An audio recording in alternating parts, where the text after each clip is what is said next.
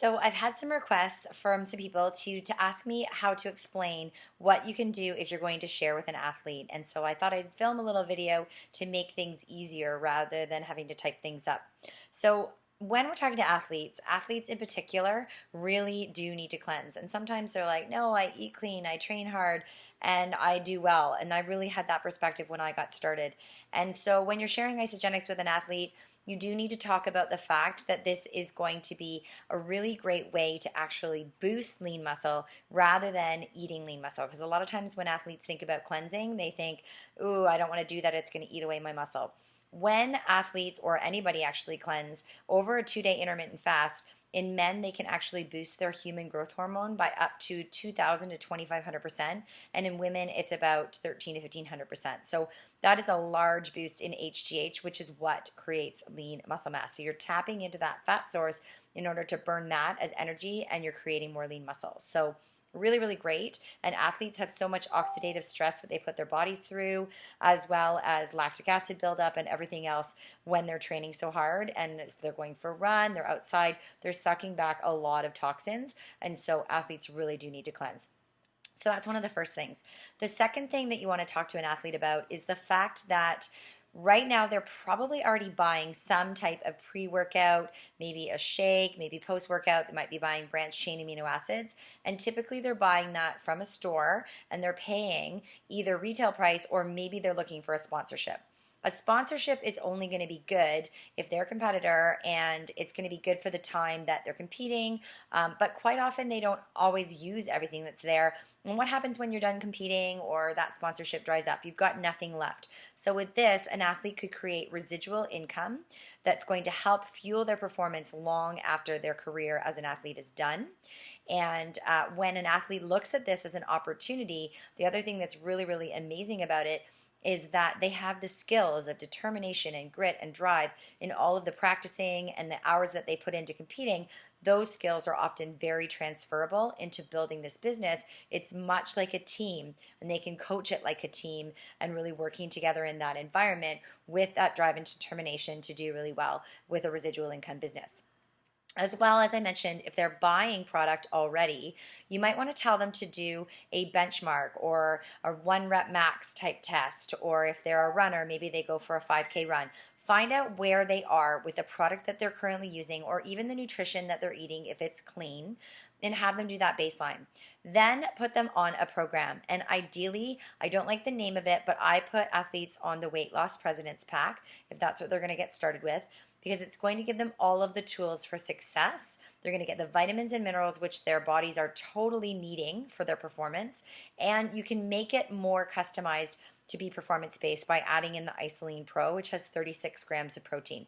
So you definitely want to have them using that as their shake option, because otherwise they're going to be kind of hangry and kind of hungry and not so happy with you if you tell them to just have 2 meals and maybe 2 shakes and 1 meal. They probably are going to make this very much a part of their day in having maybe 1 shake for breakfast. The second shake will be a post-workout shake with that optimal nutrient timing of half an hour in the window that they need to replenish. And then they're going to probably be eating about every 2 hours. So they're going to have more snacks, and they may even have 1 or 2 meals rather than just the typical 400 to 600 calorie meal. So you want to tweak that for athletes as well.